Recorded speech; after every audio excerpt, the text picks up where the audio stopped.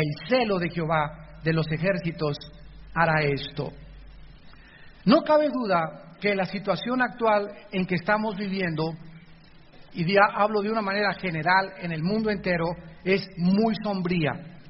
Por todos lados estamos escuchando ahorita acerca del deterioro del medio ambiente, del calentamiento gravísimo que se inicia ya, pronostican este año en el planeta Tierra, de la devastación, de la deforestación de la ecología, guerras interminables, sangrientos crímenes, violencia, divorcios, drogadicción, inmoralidad, etcétera, etcétera. Los políticos, por otro lado, buscan desesperadamente sistemas de gobiernos que funcionen y están regresando unos al socialismo, otros al capitalismo, otros no quieren la democracia, otros prefieren las dictaduras. Los científicos también, por otro lado, se encuentran jugando a ser dioses al querer manipular la genética. Los filósofos están cada día más confundidos y en cuanto al origen de la vida y el significado y el propósito que el ser humano tiene para vivir. La climatología se ha vuelto loca y nuestro planeta se encuentra con síntomas de enfermedad terminal. ¿En qué va a terminar todo esto? Se hacen foros por todos lados, paneles por todos lados, tratando de dar una respuesta, y el hombre cada vez se encuentra más y más y más sumido en problemas que van más allá de nuestra capacidad para poder resolverlos. ¿Habrá alguna esperanza para la vida humana? ¿Podrá el ser humano resolver todos estos problemas con los avances tecnológicos que hemos alcanzado y con los avances científicos y descubrimientos que hemos logrado? La Biblia nos responde claramente con un rotundo no. Jamás el ser humano ha podido ni podrá resolver estos problemas que nos han rebasado precisamente porque no somos dioses. Y nos encontramos ante un basurero que es nuestro planeta Tierra, el cual nosotros lo hemos infectado. Y cuando metemos las manos para poder decir, el hombre llegó a la luna, el hombre está manipulando el genoma humano, el hombre ha hecho esto científicamente, el hombre puede lograr la época de Acuario, el hombre va a vencer, pues como no lo hemos hecho, vamos a esperar que los ovnis aterricen y nos salven de una catástrofe.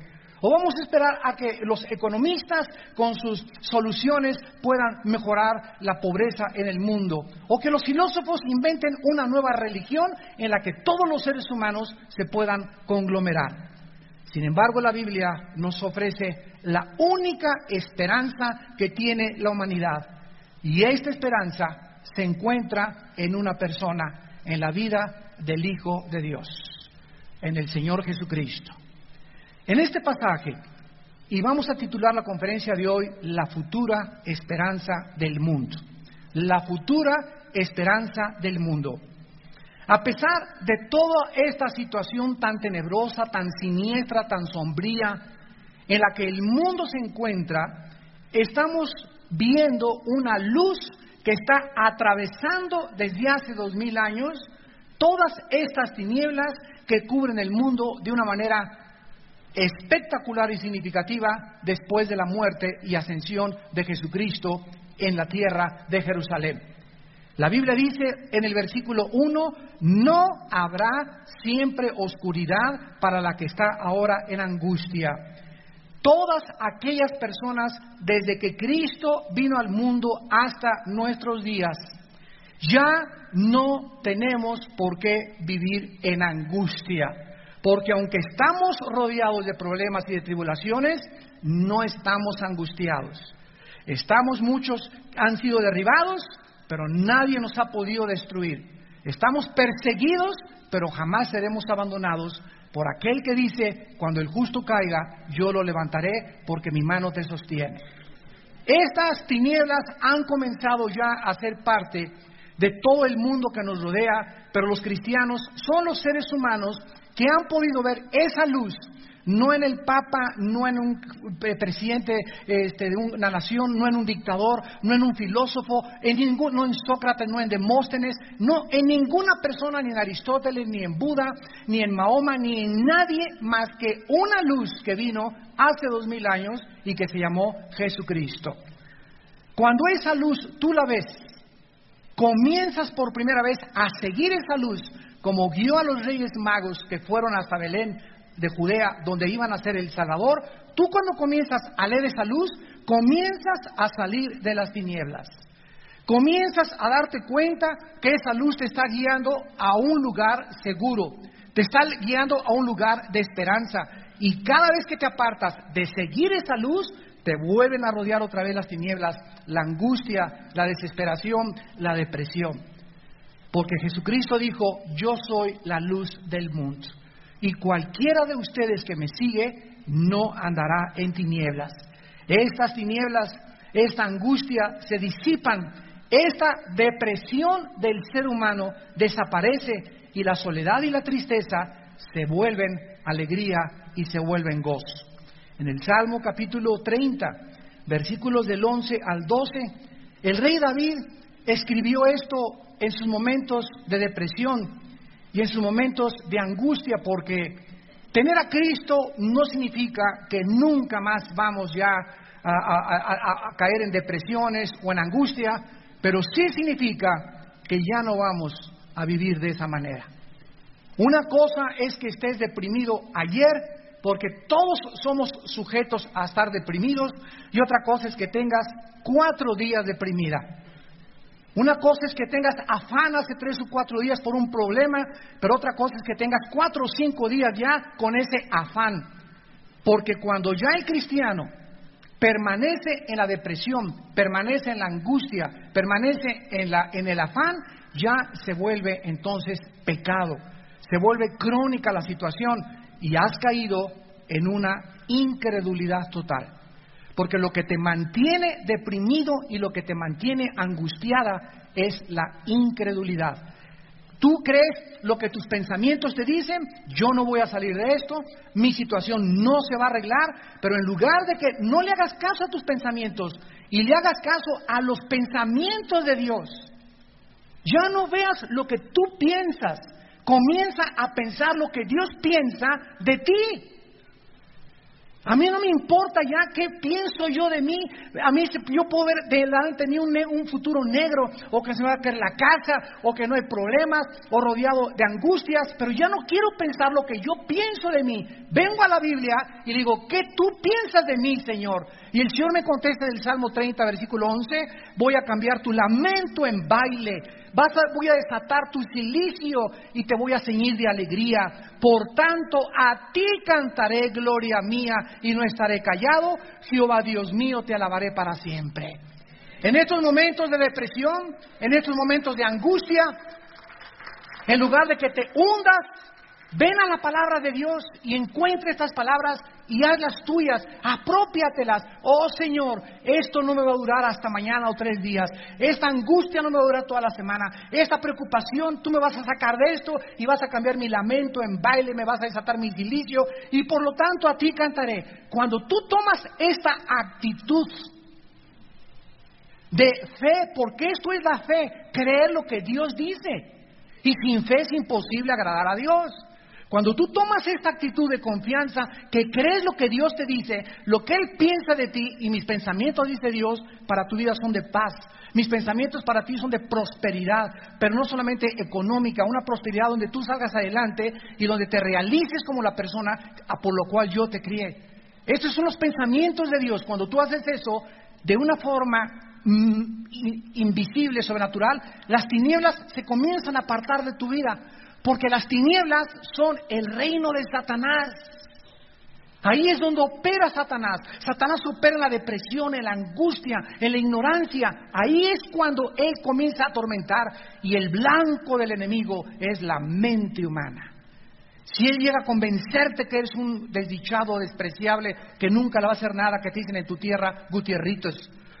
Si Satanás te convence que tú nunca te vas a volver a casar otra vez porque el marido con el que te casaste era un tumor canceroso por ahí, error que cometiste, si el diablo te comienza a convencer de que nunca te vas a casar o que te va a pasar esto, que nunca vas a salir de perico perro o lo que sea, entonces Satanás te tiene gobernada tu mente. Levanta una muralla, una estructura, una fortaleza mental donde comienza a gobernar tus pensamientos. Y esto es lo que Jesucristo nos vino a traer del cielo. rechazando pensamientos y rechazando toda altivez que se levanta contra el conocimiento de Dios, dice 2 Corintios 10, y capturando, trayendo cautivo, aprisionando sus pensamientos a la obediencia a Cristo Jesús. Es una guerra mental, es una guerra que aquí se libra. La mente es el campo de la batalla del enemigo. Entonces, estas tinieblas no van a durar para siempre, dice la Biblia. La que estaba en angustia, regresamos a Isaías, y en oscuridad, no habrá siempre oscuridad para los que están en angustia. La esperanza para este brillante y glorioso futuro se encuentra en Jesucristo. Comenzamos los cristianos a vivirlo, a experimentarlo, a probar que es real. Una cosa es que tú me escuches en esta mañana predicarte acerca de esto, y otra cosa es que tú lo hayas vivido. Entonces no es hasta que tú lo experimentas, hasta que tú atraviesas por esa situación en la que dices, yo estuve la semana pasada deprimido y lo probé, me hinqué, oré, alabé a Dios y verdaderamente me siento hasta con más energía. No es hasta que tú lo experimentas, no cuando lo oigas, sino cuando tú lo vivas, cuando descubres que es verdad, cuando descubres que Dios es cierto. Y hay miles de cristianos que no han experimentado a Dios. Viven de experiencias ajenas. Sí, Dios es bueno, pero yo no sé qué ha sido bueno conmigo. Dios es proveedor, pero hasta ahorita no me provee nada. Dios es justicia, pero a mí no me ha hecho justicia. Dios es la bandera, pero yo no llevo una bandera a nadie, ni hablo a nadie de Cristo, ni soy testimonio de Cristo. Y todo solamente es intelectual, pero no lo has vivido. Y Dios quiere que nosotros lo experimentemos de una forma personal e individual. En la primera carta del apóstol Juan, primera de Juan capítulo 1, la Biblia nos muestra en segundo lugar que estas tinieblas de las cuales Isaías está hablando, el pueblo que andaba en tinieblas vio gran luz, y los que moraban en tierra de sombra de muerte, luz resplandeció sobre ellas. Recuerda que las tinieblas y la ignorancia y el pecado son trillizos. Las tinieblas, la ignorancia y el pecado son tres hermanas. ¿Y por qué hermanas dicen las hermanas? Bueno, hermanos entonces. Pero los tres siempre andan juntos. La gente piensa como piensa, actúa como actúa por ignorancia, porque no saben. El otro día, antes de irme a Estados Unidos, vi un programa de televisión aquí en México donde estaban unos senadores de unos partidos políticos discutiendo. El aborto es cuestión de salud pública, no de moral. ¿Cómo pueden atreverse a divorciar la moral de la salud pública? Entonces, la prostitución no tiene que ver nada con la moral, es un asunto de salud pública. El homosexualismo es un problema de salud pública, no es una opción de moral. Cuando nosotros divorciamos la moral de los problemas humanos que estamos viviendo, en ese momento el país se dirige a la bancarrota. Entonces, si sacamos la moral y no es un problema moral, señor senador, yo le pregunto a usted, ¿qué entonces principios le va a usted enseñar a su hija? No, hijita, mantente saludable nada más, usa condón, protégete, cuídate. Y la moral, y los principios, y las convicciones sobre las cuales se sostiene la familia y se sostiene una nación, ¿en dónde los vamos a dejar? ¿Vamos a meter la moral de usted, señor senador? Si quitamos la moral bíblica y la ética cristiana, ¿con qué la vamos a sustituir? Esa es la pregunta. No puede haber un vacío filosóficamente. Como una señora en Estados Unidos mandó una carta a la Asociación de Alianzas Cristianas en Atlanta. Saquen la Biblia de la educación pública, porque ahorita hay una gran batalla en Estados Unidos por meter la Biblia a la educación pública.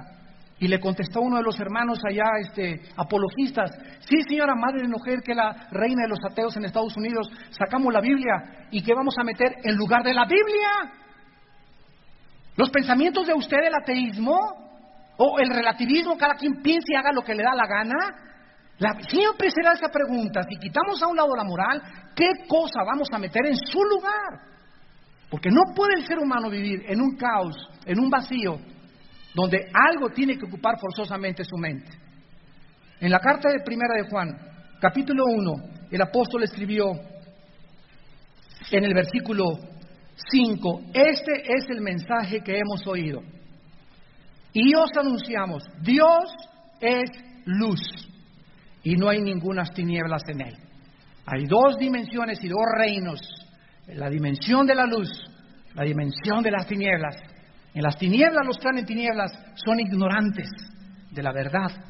No creen que exista un mundo mejor, no creen que exista soluciones, no creen que exista esperanza.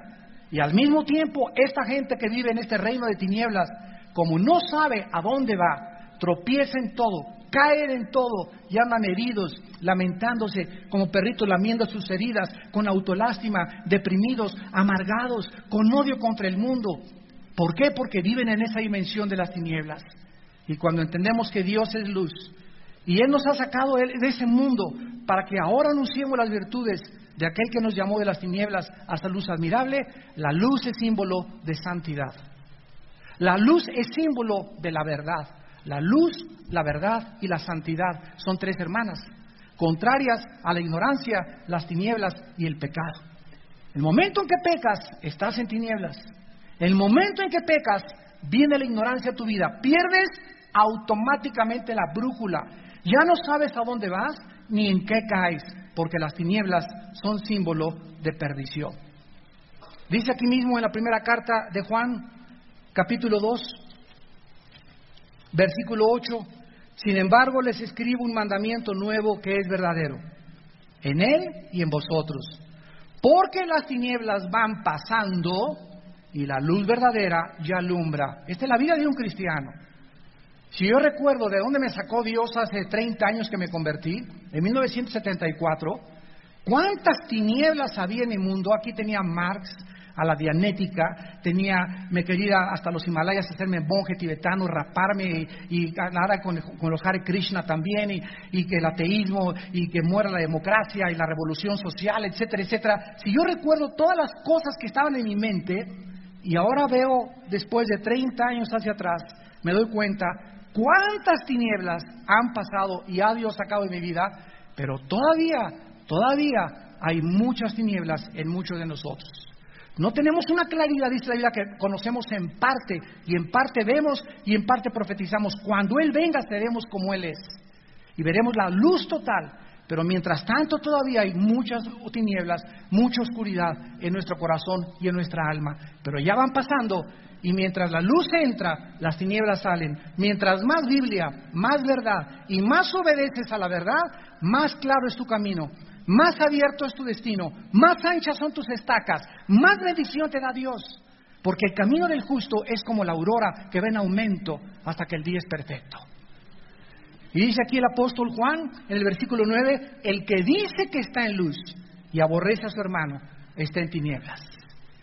¿Qué nos saca de la luz? ¿Qué nos saca y nos catapulta de la luz y nos manda al mundo de las tinieblas? Odiar a alguien. Odiar a alguien. Si tú dices que eres cristiano y tú odias a alguien o tienes rencor, no sé contra quién, pero contra cualquier persona que tú tengas rencor, no seas mentiroso, dice la Biblia. No seas mentirosa, estás en tinieblas. El que ama a su hermano permanece en la luz. ¿Qué es lo que nos hace vivir en el reino de la luz sin salirnos del reino de la luz? Estar dentro de un reino donde las bofetadas, las calumnias, los chismes y lo que nos llega, lo perdonamos 70 veces 7. Mantente amando y perdonando y te mantendrás en la luz. Te mantendrás en la santidad, te mantendrás delante de Dios en la verdad, y la verdad está en tu vida, y las decisiones que tomes y las determinaciones que tú tomes en tu vida van a ser guiadas por el Espíritu Santo, porque es el Espíritu de verdad, y la verdad opera en la luz. Pero si tú odias y tienes rencor, el Espíritu Santo ya no te puede guiar, pierdes la dirección de Dios, no dejas de ser hijo de Dios, pero Dios ya no te puede guiar, porque para que Dios te guíe necesitas sacar las tinieblas, y para que salgan las tinieblas necesitas perdonar con todo tu corazón. Señor, mi ex esposo me hizo tal y tal y tal, y me amarró como guajolote a la silla de la casa, y mi esposa se fue hasta con el gallo giro, y mi exnovio me violó, me abusó de mí, etcétera, etcétera. Padre Santo, tú sabes, oh Dios, cuánto rencor tengo, cuánto coraje, tengo una ira dentro de mi vida que clamo por la justicia. ¿Por qué me hicieron esto a mí? Que cruje los dientes. Pero en ese momento, Señor, este coraje que tengo me está enfermando. Este odio y esta amargura me está haciendo daño a mi estómago, a mi hígado, a mi corazón. Como el chiste de Pepito, que traía Pepito una tarántula aquí grandota en el pecho. Y le dice a una niña, oye Pepito, ¿por qué traes esa tarántula aquí? Porque cuando vea a Jorgito que me pegó el otro día, se la voy a echar para que le pique a él. Y le dice la niña, pues antes de que le pique a él, ya te picó a ti primero. Así es traer el veneno aquí, queremos vengarnos de alguien y me las vas a pagar. Y ese odio, sin que te des cuenta, te está autodestruyendo. Te mina y te aparta de la gracia de Dios. Dios no puede trabajar en tu vida porque Dios es luz. Ningunas tinieblas hay en Él. Y el odio nos hace vivir en las tinieblas. El pueblo que vivía en tinieblas vio gran luz, ya lo hemos visto en Cristo. ¿Por qué vamos a regresar a las tinieblas otra vez? ¿Por qué vamos a seguir con ese corazón que teníamos antes de venganza, de rencor, de odio contra tantas cosas? Todos aquí en la iglesia, todos hemos sido lastimados, heridos, traicionados alguna época en tu vida. Y si no, eres San Martín de Porras. Todos somos puros ex. Aquí no hay nadie a quien en el pasado no le han hecho daño. A unas las violaron, a otras las abusaron, a otros te traicionaron, a otros te quitaron el negocio, a otros los metieron a la cárcel, a otros los calumniaron, a otros los chismearon, a otros los dejaron, a otros, ¿verdad? Todos somos puros ex en la iglesia, pero todos estamos viviendo en el reino de la luz y estamos aprendiendo que no podemos vivir con rencor contra nadie si nos queremos mantener en la luz del Señor. Dice el versículo 11 de 1 de Juan 2, el que aborrece a su hermano, escucha, está en tinieblas, anda en tinieblas y no sabe a dónde va porque las tinieblas le ciegan los ojos o le han cegado los ojos. ¿Qué hacen las tinieblas? ¿Verdad? No sabes a dónde vas. Inmediatamente pierdes la brújula, pierdes la dirección del Espíritu Santo. Te remontas otra vez a la ignorancia. Y aunque digas, soy cristiano, esto y el otro, ahí traes coraje, ahí traes rencor. Mentirosa, mentiroso. Saca eso de tu corazón y entonces di que vives en luz, porque Dios es luz y ninguna tinieblas hay en Él. Regresamos a Isaías y vemos que esta es la primera bendición derramada sobre el mundo. El Mesías ilumina nuestra vida. Dice en el versículo 3 de Isaías 9, multiplicaste la gente y aumentaste la alegría. En tercer lugar, el Mesías no solamente nos saca de la angustia y de las tinieblas, sino que el Mesías nos trae a una alegría verdadera. Una de las más grandes bendiciones que el Señor trae sobre una persona que le ha aceptado como su Salvador es una alegría y un gozo que no solamente la tienes cuando tienes media de centenario, ni cuando te saca la lotería nada más, ni cuando estás con tus amigos, sino que es una alegría y un gozo indescriptible.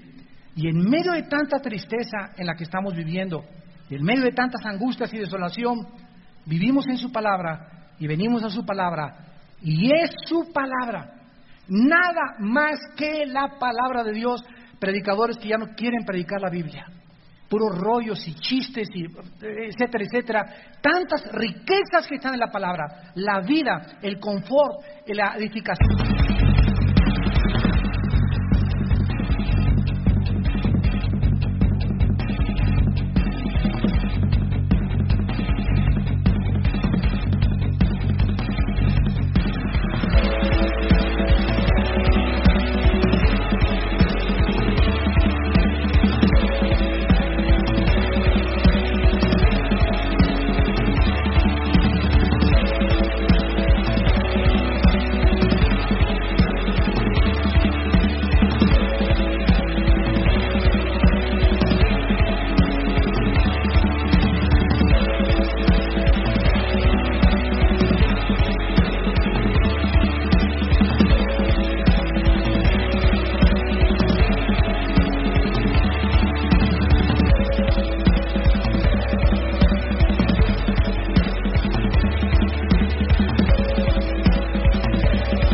liberación, la consolación, todo aquello que mi vida necesita se encuentra en este libro, en la Biblia.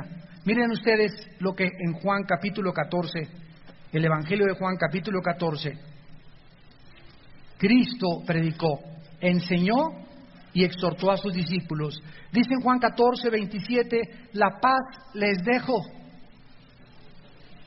mi paz os doy. Cuando venimos a Cristo y Él entra a nuestra vida, ¿qué nos dejó?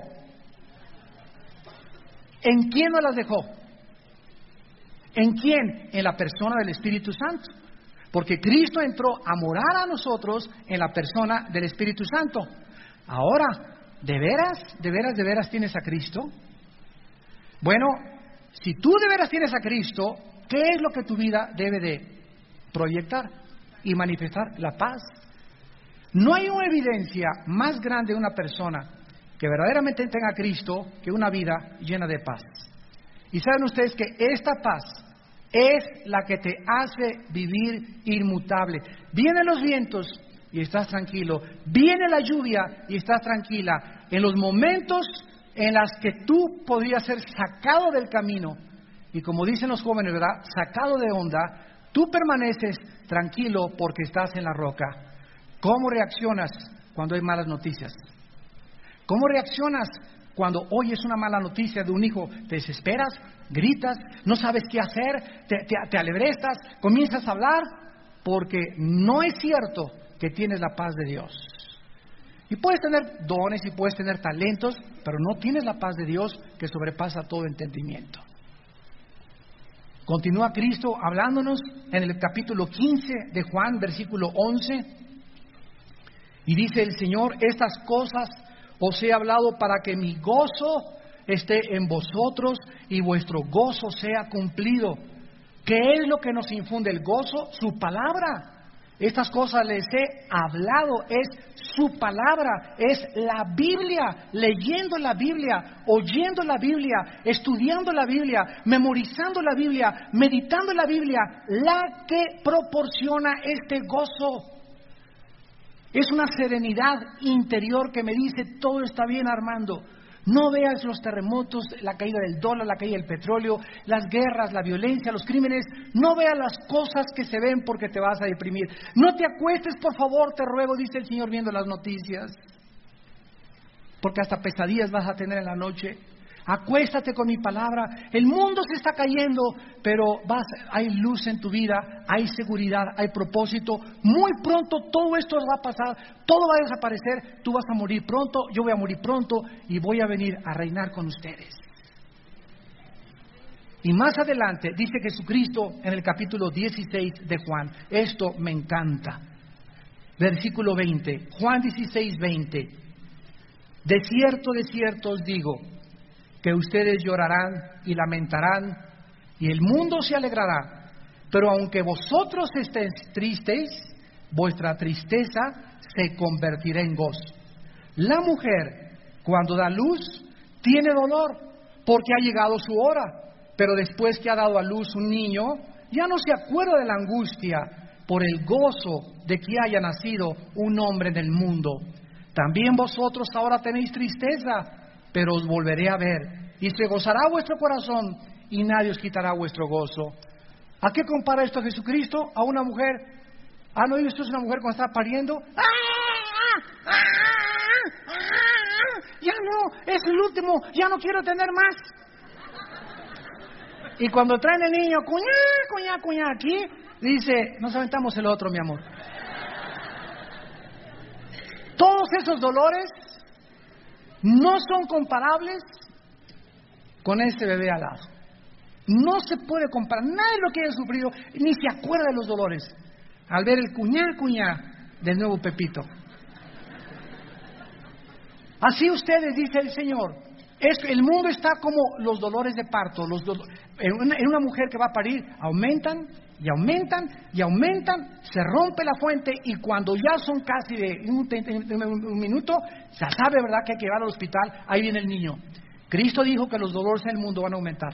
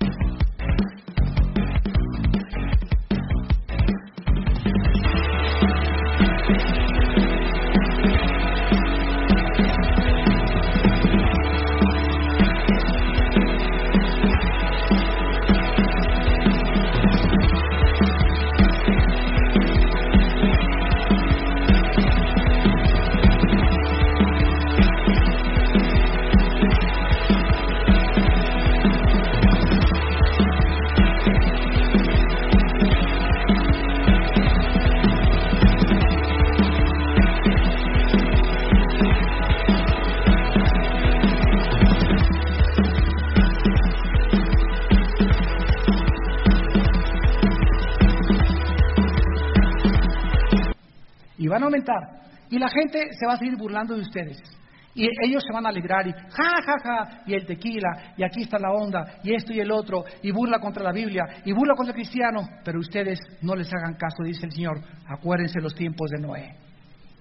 Durante 120 años, Noé, eres un loco, aquí no ha llovido, el mar está a 300 kilómetros, bola de locos con tus hijos y tus nueras construyendo un arca. Pero cuando comenzó a caer la lluvia del cielo, llegaron todos.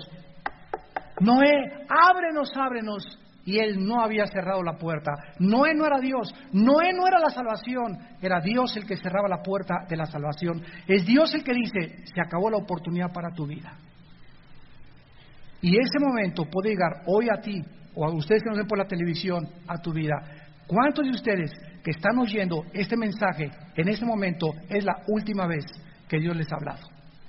Nadie lo sabe más que tu conciencia. Regresamos a Isaías. Y dice la Biblia que en cuarto lugar, el Mesías, al entrar a la vida, y el Mesías cuando venga también en el reino milenial, quitará el yugo de opresión. Versículo 4, Isaías 9.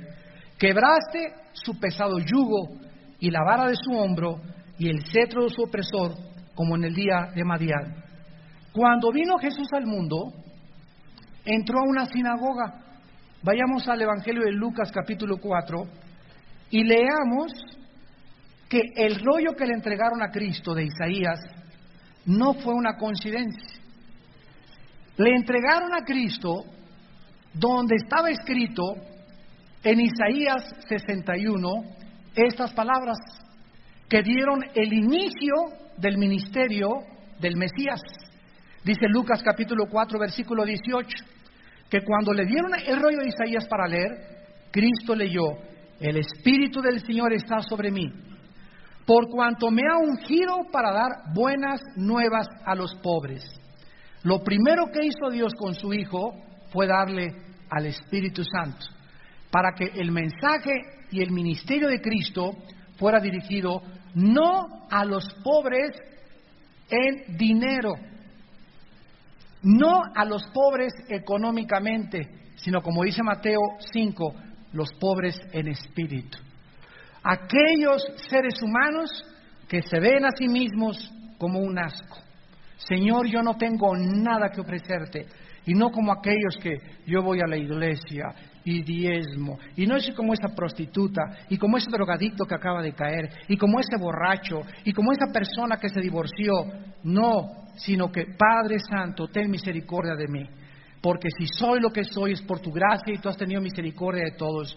A esos vino Jesucristo. Y si quieres que Cristo siga morando en tu vida con ese poder, mantente con esa pobreza espiritual, reconociendo siempre que si somos algo y estamos llenos de algo, es por lo que Él hizo por nosotros en la cruz del Calvario. Nadie puede llegar a la cruz del Calvario y decirle, gracias Señor, porque no soy como los demás. Yo sabía que me fui a escoger porque siempre dijo que tenía cara de San Crisóstomo en la primaria. Siempre fue una niña y en la prepa me decían Santa Rita de Casia. Mira Señor, gracias porque asilos, y yo sabía que algo tenía yo de bueno. Ninguna persona puede venir a Cristo con esta actitud. Cuando llegamos a la cruz tenemos que llegar, Padre, ten misericordia de mí, no tengo nada que ofrecerte, vengo como un limosnero espiritual, así, sin nada que ofrecerte, vengo a que tengas misericordia de mi vida. A estos vino Jesús, y Jesús cuando caminó, veía los corazones de todos, y sabía quién tenía esa actitud, y a ellos les vino a dar buenas noticias. Me ha enviado a sanar a los quebrantados de corazón, a pregonar libertad a los cautivos, vista a los ciegos, a poner en libertad a los oprimidos y a predicar el año agradable del Señor. El 99% de todos nosotros que venimos a Cristo, aunque tú no lo sepas ni lo hayas sentido, estábamos bien endemoniados. Bien endemoniados estábamos. Y todavía acuérdense que en la iglesia hay ovejas, hay cabritos y hay 2 que 3 alacranes. Así es. ¿Cuánta gente hay en la iglesia? Creí que todos eran...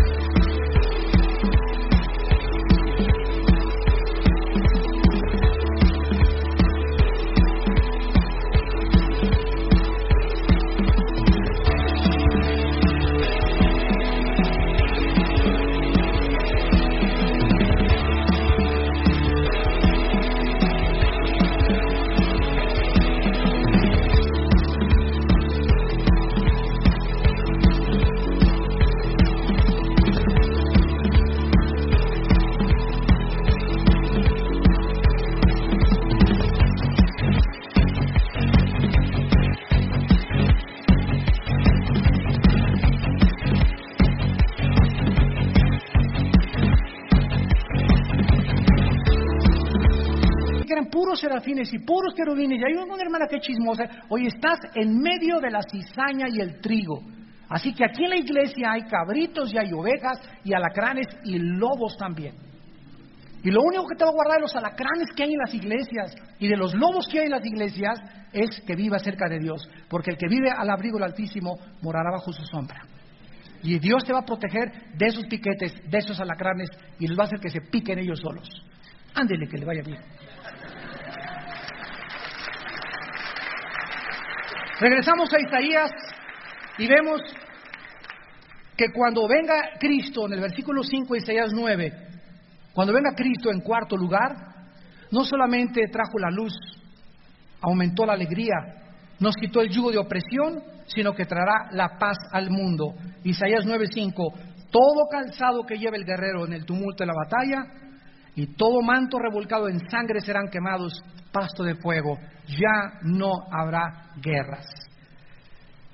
La utopía más grande que existe ahorita en el mundo, y no lo digo afuera de la iglesia, la utopía y el engaño más grande que existe dentro de muchos cristianos es cuando los cristianos toman la actitud del pacifismo. Cuando tú crees que haciendo un desfile en la calle, no a la guerra, no a la guerra, no a la guerra, sí se puede, sí se puede, sí se puede, no a la guerra, creen que esas manifestaciones ya los hacen, porque Cristo dijo bienaventurados los pacificadores, pero cuando Cristo dijo bienaventurados los pacificadores, no se refería a eso. Un pacificador no es el que dice no a la guerra, porque Cristo dijo, las guerras las tendrán entre ustedes hasta que yo venga.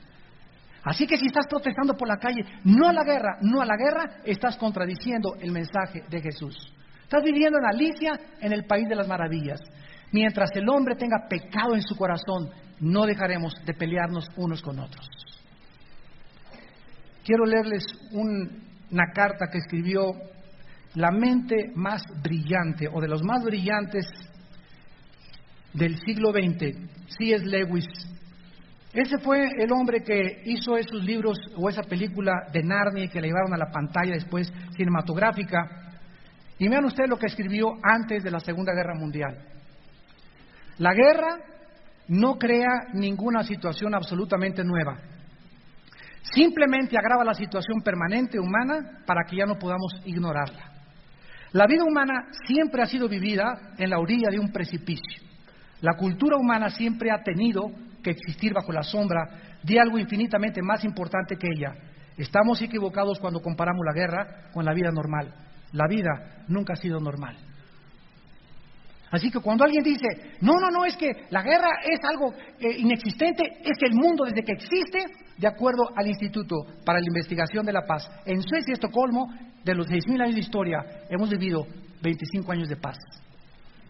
La historia humana es una historia de guerras. Y si no hay guerras de Irak contra Estados Unidos y contra el mundo, hay guerra en tu familia, mira cómo tratas a tu esposa. Hay guerra en tu corazón, mira cómo tratas a tus papás. Mira cómo tratas a tus maestros, mira el odio que le tienes al gobierno, mira el odio que le tienes a los diputados, mira el odio que le tienes a las enfermeras, el odio que tienes a otro partido político. Hay guerra en el corazón del hombre. Pues siempre, mientras el pecado haya dentro del corazón, siempre habrá guerras. Entonces, estas guerras no van a terminar hasta que Cristo regrese. Él va a ser el príncipe de la paz. Vendrá el Mesías, y dice el versículo 6 de Isaías, capítulo 9, versículos 6 y 7, con 5 maravillosas nombres que se le dan a este hombre maravilloso que fue Jesucristo. Dice Isaías 9:6, un niño nos ha nacido. Aquí encontramos en primer lugar al Dios hombre. Se profetiza aquí tanto su divinidad como su humanidad. La frase un niño nos es nacido nos habla de su humanidad. Vendría al mundo como un ser humano nacido mediante un milagro, una virgen.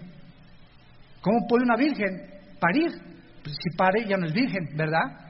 Y en primer lugar, si se embarazó, tampoco ya no es virgen.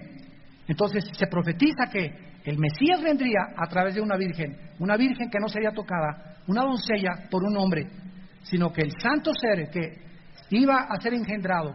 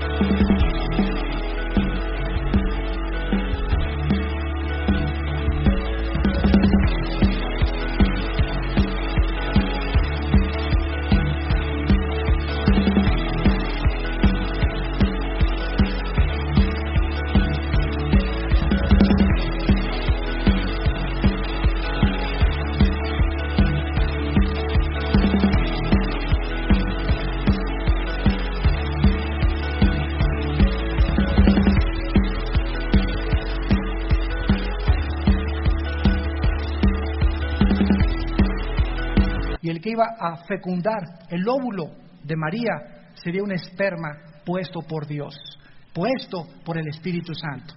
En segundo lugar dice la Biblia, y el principado sobre su hombro, él cuando venga gobernará al mundo con justicia perfecta y reinará como Rey de reyes y Señor de señores. Y donde vamos a ir en diciembre a Jerusalén será el lugar donde él descienda en el monte de los olivos.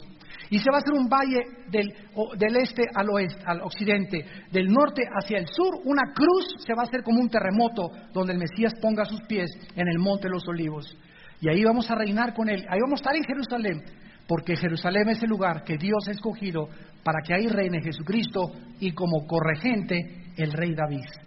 Y ahí estaremos danzando y vendrán los redimidos de Jehová y gozo y alegría habrá en sus corazones y ya no habrá lágrimas, ni tristeza, ni angustia, ni depresión y volverás hacia atrás y dirás, valió la pena vivir para Jesucristo. En tercer lugar dice la Biblia que su nombre será admirable. Esta palabra es Pelé en el hebreo, como el futbolista Pelé. Y no fue una coincidencia que le pusieran a este futbolista Pelé, porque la palabra Pelé significa admirable.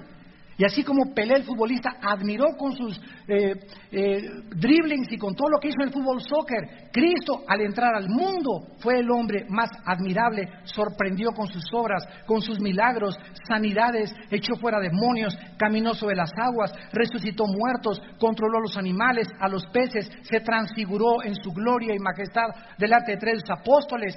Él era ese admirable, ese maravilloso Jesucristo que se le apareció en Patmos a Juan y que le dijo, yo soy el que estuve muerto, mas he aquí que vivo por los siglos, soy el que regreso en mi gloria y majestad y ustedes vendrán conmigo a reinar conmigo en este mundo.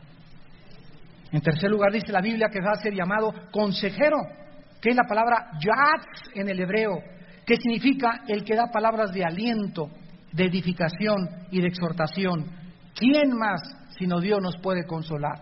Ya no vayas con la doctora corazón, con el psicólogo, con el psiquiatra. El psicólogo te cobra para que lo escuches.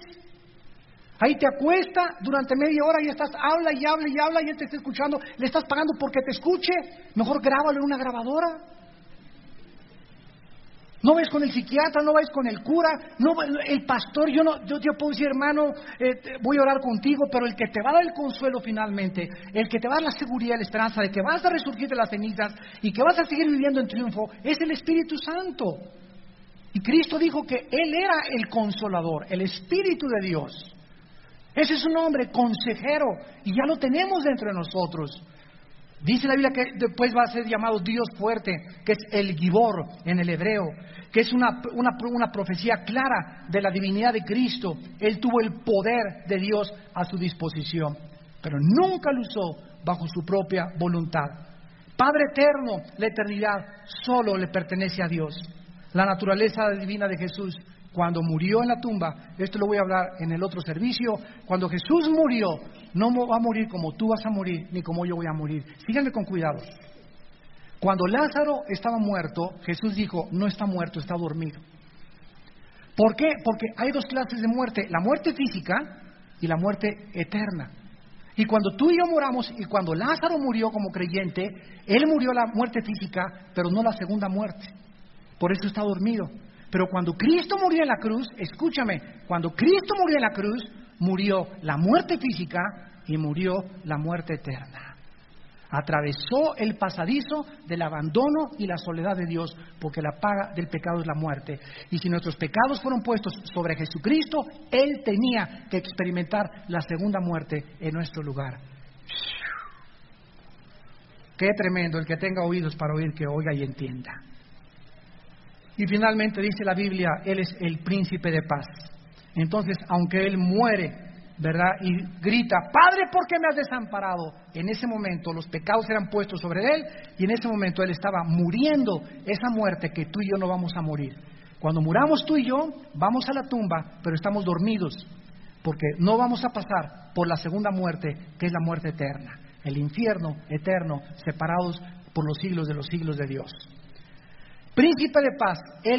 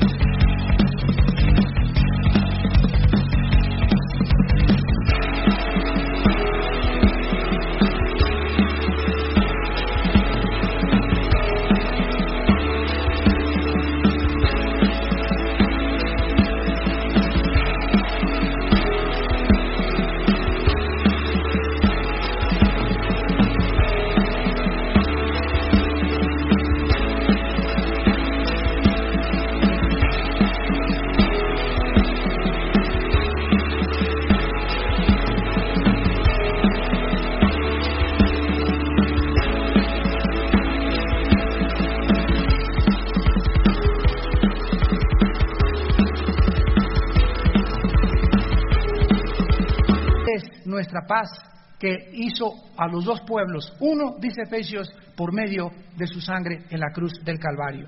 Y finalmente dice Isaías 9, en el versículo 7, que vendrá Él a establecer su reino mesiánico. Lo dilatado de su imperio y la paz no tendrán límite.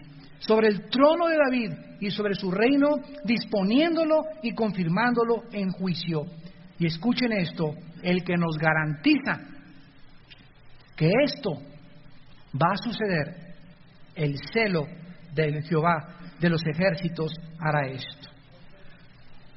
Ahora solo falta para cumplirse estas promesas maravillosas, y estas promesas maravillosas están garantizadas por el celo de Dios. En otras palabras, ahorita existe en el Padre, allá arriba en el cielo, un celo. Esto es una pasión de que estas cosas ya se cumplan. Y esa pasión que tiene el Padre, pues nadie se la puede impedir.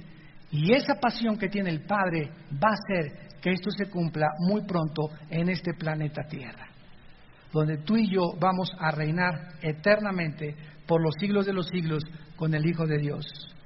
Y terminamos leyendo Apocalipsis capítulo 7, donde se nos muestra un retrato de lo que será la vida con Jesucristo en este mundo cuando Él regrese.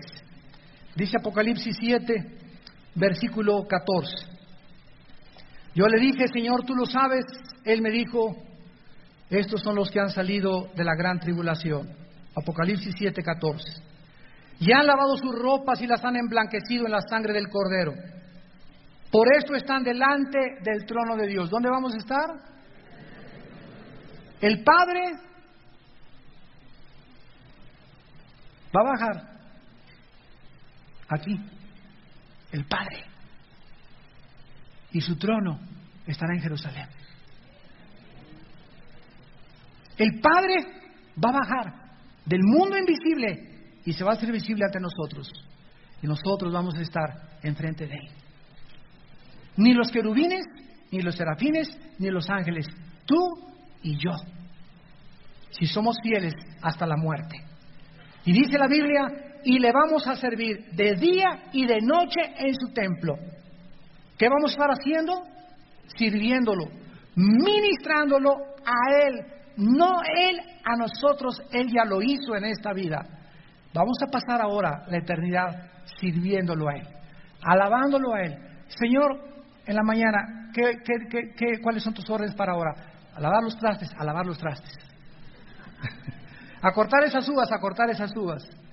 Y ya no habrá nada de sudor, ni va a haber, dice la Biblia, y vamos a estar sentados. Él que está sentado sobre el trono extenderá sus tabernáculos sobre ellos. O sea, esto nos habla de una protección completamente de parte de Dios, y no vamos a tener ya sed. Señor, tengo sed. Jamás volveremos a decir tenemos sed, ni tampoco el sol caerá sobre nosotros, ni jamás tendremos ya calor, porque el Cordero que está en medio del trono nos va a pastorear y nos va a guiar a fuentes de aguas de vida, y va a enjugar Dios nuestras lágrimas de todos nuestros ojos por los siglos de los siglos.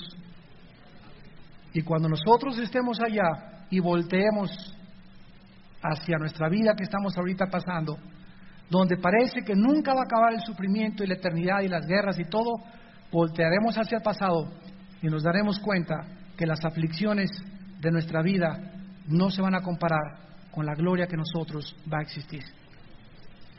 Y eso te lo promete el que te crió, el que te dio vida en el vientre de tu madre, el que te dice en esta tarde, yo vengo a resplandecer en las tinieblas en tu corazón.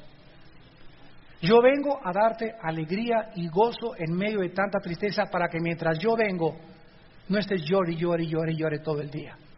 Ni odio, odio, odio todo el día. Ni con rencor ni con amargura todo el día. Ya la vida es más difícil para todavía sufrir tú más por causa de tu rebelión y de tu incredulidad. Vengo a darte vida y vida en abundancia.